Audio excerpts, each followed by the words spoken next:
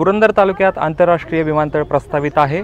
2029 पर्यंत हे विमानतळ कार्यान्वित करण्याचा जो आहे तो सरकारचा मानस आहे, परंतु ज्या 7 गावांमध्ये विमानतळ होणार आहे त्या गावांचा जमिनी देण्यास विमानतळाला विरोध आहे आणि सगळे गावकरी जे आहेत, बहुसंख्य गावकरी 7 गावातले या ठिकाणी पुरंदर येथील सासवड येथील जे का प्रांत कार्यालय आहे त्या ठिकाणी आलेले आहेत आणि उपोषण देखील सुरू केलेलं आहे। खरं तर मोठ्या संख्येनं महिला असतील, अबालवृद्ध असतील ते या ठिकाणी आलेले, त्यांचं मानस एकच आहे की हे विमानतळ आमच्याकडे झाले नाही पाहिजे आणि ते विरोध करण्यासाठी या ठिकाणी आलेले आहेत। आपण बघू शकता मोठ्या संख्येनं ग्रामस्थ जे आहेत ते 7 गावातले आलेले आहेत। आपण त्यांच्याशी बातचीत करण्याचा प्रयत्न करूयात। काका, कुठून आलात तुम्ही? बारगावरून। का विरोध करतायत विमानतळाला? आतापर्यंत सर्व पब्लिकने जे सांगितलं तोच विरोध आहे। इथं बागायत शेती आहे, ते सर्व एवढं पुरंदरचं पाणी आणलं, एवढा विकास नक्की काय करणार आहात इथं तुम्ही लोकांचा? आणि पैसे देऊ म्हणता, एवढं किती पैसे पाहिजे? काय तुमच्या बापाच्या खिशातले पैसे देणार आहात का? लोकांचेच पैसे घेतलेत नाही, टॅक्समधून घेतलेत, पट्टीमधून घेतलेत, शेतसाऱ्यातून घेतलेत।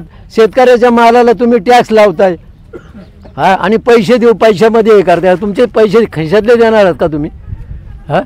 शेतकऱ्याला देशोधडी लावून इथं काय करणार आहात? आणि नोकरी देऊ, हे करू, कोणाला नोकरी देणार आहे तुम्ही? आता बाकीच्या ठिकाणी तुम्ही दिलेत का नोकरी येते? त्याच्यामुळे आमचा विरोध आहे यांना। आम्हाला पैसे नको, काय नको येते। बाबा, किती जमीन आहे? 4-5 एकर। काय राहणार? काय नाही, सध्या पाणी नाही, मला पाणी नाही। पण काय लावलं काय आता? सध्या काही नाही, ज्वारी होती ती गेली निघून। ज्वारी होती ती गेली। काय इथं आलाय आता? कशासाठी आलेला? विमानतळाला विरोध करण्याकरता आलो नाही।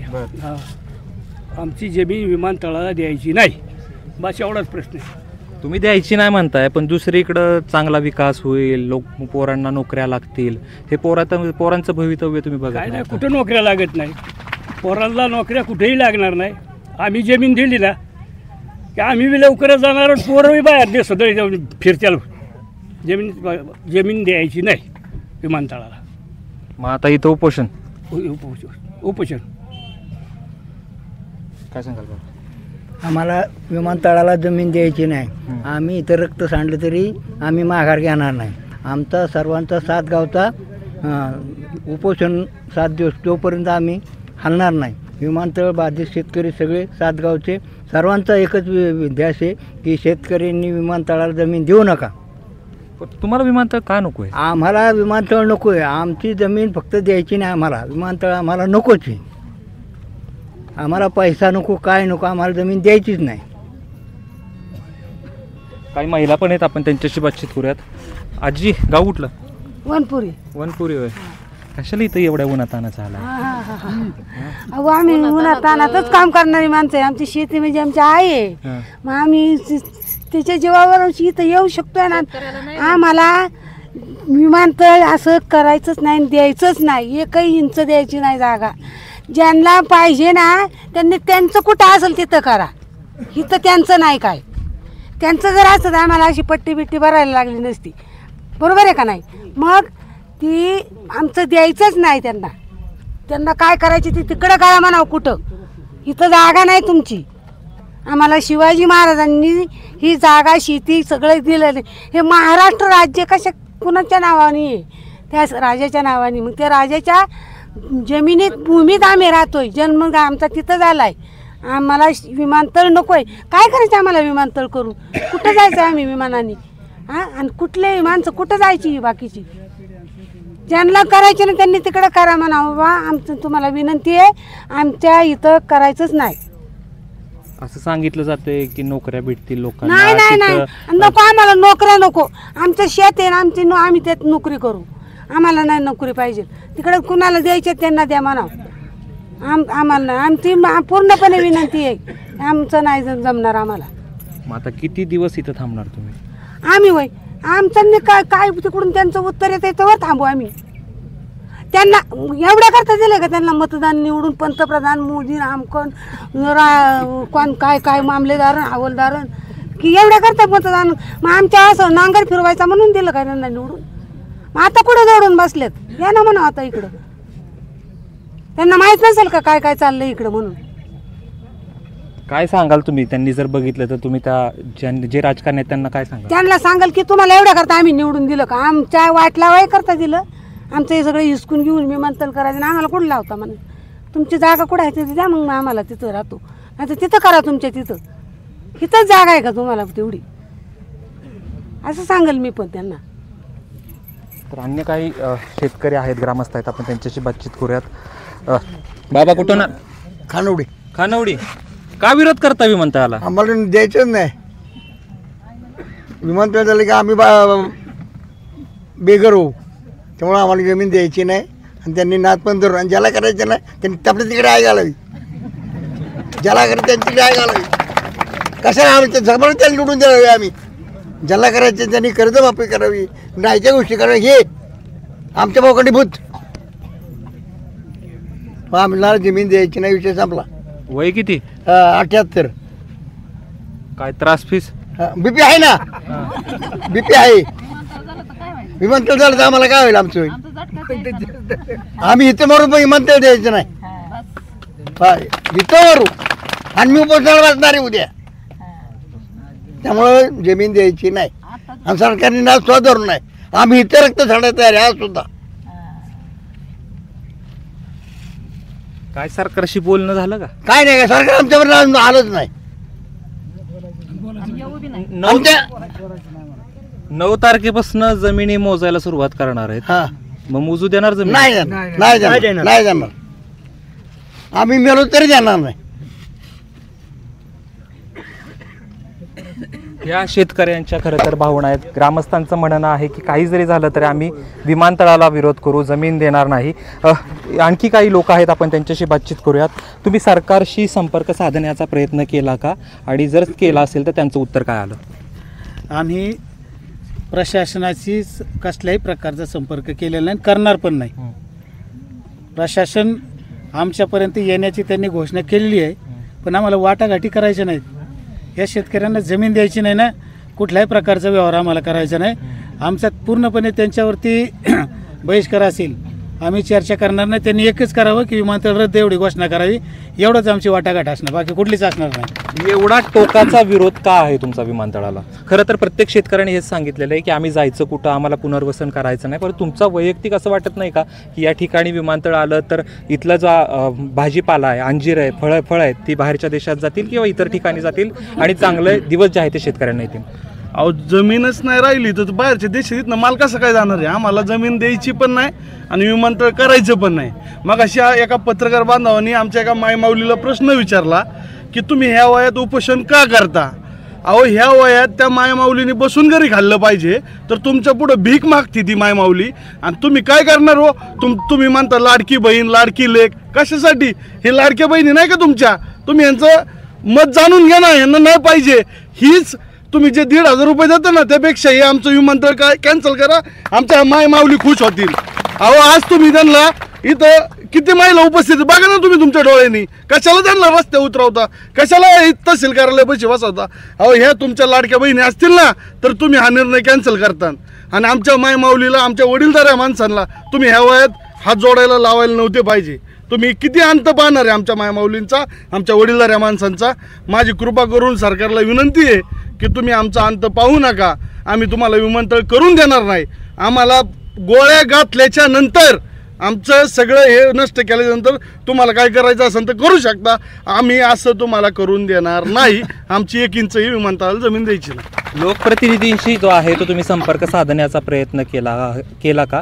त्यांचं म्हणणं काय? त्यांनी लोकप्रतिनिधीला संपर्क केला होता. कोणाशी केला होता? त्यांनी अजितदादा जिल्ह्याचे पालकमंत्री आहेत, त्यांचे संपर्क केला होता. परंतु त्यांनी आम्हाला अशी प्रतिक्रिया दिली की विमानतळ याच ठिकाणी होणार आणि विमानतळ याच ठिकाणी होणार. त्यामुळे आम्ही त्याच्यानंतरनं आम्ही सातगावचे सर्व प्रतिष्ठित नागरिक असतील, सरपंच असतील, या सर्वांनी मिळून एक निर्णय घेतला की यापुढे उपोषण करायचं आणि असा संघर्ष करायचा की जो शासनाला हे विमानतळ पूर्णपणे रद्द करायची भूमिकेतूनच आम्ही या ठिकाणी आज या ठिकाणी उपोषणाला बसलेलो आहे. जोपर्यंत हा निर्णय होत नाही तोपर्यंत आम्ही या ठिकाणाहून उठणारही नाही. सर्व आमच्या महिला असतील, ग्रामस्थ असतील, सर्वांनी हा निर्णय घेतलेला आहे. अजित पवारांशी संपर्क केला असं आता यांनी सांगितलं, तर त्यांनी उत्तर काय दिलं, त्यांची प्रतिक्रिया काय आली? शासन त्यांची प्रक्रिया पुढे रेटीत नेणार आहे. अशा प्रकारची त्यांची प्रतिक्रिया आहे. आणि शेतकऱ्यांचं जी आमची खरी अडचण होती ती त्यांनी ती ऐकून घेतलेली नाही. शासनाचीच भूमिका त्यांनी त्यांच्या पुढे मांडलेली आहे. त्याच्यामुळे आम्ही आमची भूमिका तर पुढे नेणारच आहे. ते जिल्ह्याचे पालकमंत्री आहेत, राज्याचे उपमुख्यमंत्री आहेत, तर त्यांना पहिल्यांदा आम्ही सांगितलं हे नको आहे आम्हाला पिढा, हे 7च्या 7 गावं भस्मसात होणार, नष्ट होणार, पिढ्याने पिढ्या नष्ट होतील या सगळ्यांच्या. त्याच्यामुळे हे कुठेतरी ज्ञान आहे तर रद्द करा. तर त्याच्याबद्दल त्यांची प्रतिक्रिया आम्हाला अनुकूल आलेली नाही आणि म्हणून आम्हाला हे रस्त्यावरचं उतरून आंदोलन करण्याचे पाळी आलेली आहे. खरं तर शेतकरी संघटनेचा बिल्ला दिसतोय तुमच्या ह्याच्यावरती. तुमचं गाव कुठलं? सासवड. सासवड. तुम्ही आंदोलनाला पाठिंबा देण्यासाठी आलेला आहात? हे पहा, शेतकऱ्यांचा एक लोकप्रतिनिधी आहे मी. शेतकऱ्यांचा तालुका अध्यक्ष म्हणून शेतकरी संघटनेचं मी काम करतो आहे.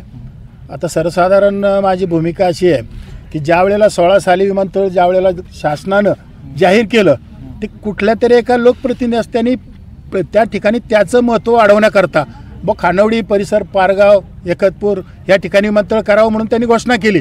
बरं, घोषणा करू देत, विमानतळाची घोषणा केली पाहिजे, विमानतळ झालं पाहिजे इथपर्यंत ठीक आहे.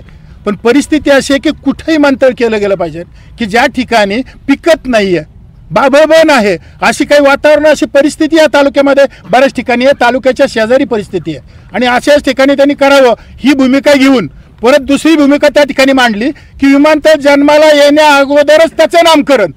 मग मला सांगा, ज्यांनी कोणी ते विमानतळ करायचं म्हटलं आणि नामकरण केलं, विमानतळाचं करायचंच लोकांचा त्या ठिकाणी विरोध आहे आणि नामकरण करून झाले. असा लोकप्रतिनिधी पाहिजे कशाला? मी जनतेला आव्हान करतो, असा लोकप्रतिनिधी पाहिजे नाही आपल्याला की ज्याने आव्हान केलं, विमानतळ व्हायच्या आधीच नामकरण केलं, त्याला विरोध केला. मी शासनाला पत्र दिलं.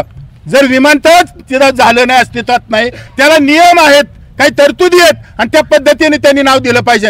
पण आमचं असं म्हणणं आहे, शेतकऱ्यांचा लोकप्रतिनिधी म्हणून मी तालुका अध्यक्ष म्हणून काम करतो. हे सगळे शेतकरी बांधव माझे बहीण भाऊ आहेत. शेती काय असती, शेती कशासाठी लागते, आणि एक म्हण आहे की शेती असावी उषा पायथ्याला. जर शेती उषा पायथ्याला असेल तर त्याला जीवन जगायला काही अडचण येत नाहीये. किंवा काळाला काही परिस्थिती निर्माण झाली तर त्या शेतीचा उपयोग करता येतो उत्पादन घेण्यासाठी, अधिक त्या ठिकाणी औद्योगिक करण्याकरता. पण अशा परिस्थितीत जिथं शेती पिकवायचीच नाही, जिथं पुरंदर उपसाचं पाणी आणलंय, ज्या भूमिकेतून शेतीचं उत्पादन वाढावं ही भूमिका शासनाने ठेवली, जो पाण्याचा भाग लागतो ते पाणी उपलब्ध करून दिलं आणि म्हणतात ना, वरून तोंडातून घालायचं आणि पाठी म्हणून बुक्क्या घालायच्या. अरे पाणी देता आणि जमिनी हडप करता, ही कसलं शासनाचं धोरण? हा लोकप्रतिनिधी जो आहे, जो कोण होता त्यांनी ती जागा सुचवली, त्याला माझा कट्टर विरोध आहे. आजी, गाव कुठलं? पारगाव. पारगाव. काय आहे रानात सध्या? आमच्या रानात मस्त ऊस आहे, ज्वाऱ्या काढल्यात, पावट आहेत, अंजीर आहे, एवढं. हा, अंजीर आहे. हा. मग आता तुम्ही इथं बसलेला आहात, काय नेमके काय सरकारला तुम्हाला जमीन द्यायची नाही, काय भावना आहे? सरकारला जमीन आम्ही काय बोंबलत जायचोय कोणाच्या दारात भिक्षा मागाय? हा, सरकारने कुठं ते सुप्याला न्यावं, नाही तर कुठं पुन्हा फिरवावं आखं दुनियात. इथं गरीबाच्या का मागं लागलाय? 9 वर्ष झालं नको नको म्हणतोय तरी सरकार ऐका ना म्हणल्यावर. हा, काय आहे सरकारला करायचं? मग आता उपोषणाला बसला? हा, उपोषणाला बसलोय तेवढ्यासाठीच कुठं तरी हाक लावा म्हणून. विमानतळ कायासाठी माणसं कामधंदा सोडून बसले तिथं. विमानतळ नको आहे म्हणून त्यांना कळा ना म्हणल्या होता, यांना करायचं काय? कुणाकून नाही म्हणून सांगायचं. 9 वर्ष झालं नको नको म्हणतोय तरी परत येतातच पारगावला, कुठं जाहिरात सोडतात, कुठं काय सोडतात. हा, नको म्हणल्यावर कळत नाही बाई. 9 तारखेला मोजणी करायला येणार आहेत. 9 तारखेपासून मोजणी सुरू होणार आहे. मोजणी करू देणार तुम्ही? मोजणी कशी करून देऊ? एक बाईक गोट घेऊन धावून कुणी बी येऊ द्या. आणि धावलेलोच आम्ही पाठीमाग आलती तवा. अजिबात मोजणी करून दिली नाही. सगळ्या रानांनी आम्ही आखी हिंडत होतो. अजिबात माणसं शिरूनच देणार नाही कोणच. आज मारायचं आणि उद्या मारायचे. हा, अजिबात कोण काय करून देणार नाही आणि सरकारने येऊ बी नाही. तर या होत्या ग्रामस्थांच्या प्रतिक्रिया. खरं तर हे विमानतळ याआधी खेडला होणार होतं, तिथं ग्रामस्थांनी जमिनी देण्यास नकार केला. त्यानंतर ते चाकणला गेलं, चाकणमध्ये देखील विरोध केला आणि त्यानंतर आता हे पुरंदरमध्ये विमानतळ प्रस्तावित आहे. इथल्या ज्या ग्रामस्थांच्या प्रतिक्रिया आहेत त्या आपण पाहिल्या. आता यातून काय बोध घ्यायचा हे प्रेक्षकांनी आणि सरकारने ठरवायचे. कॅमेरा पर्सन जीवन सह जयदीप भगत, ABP माझा, सासवड. एबीपी माझा, उघडा डोळे बघा नीट.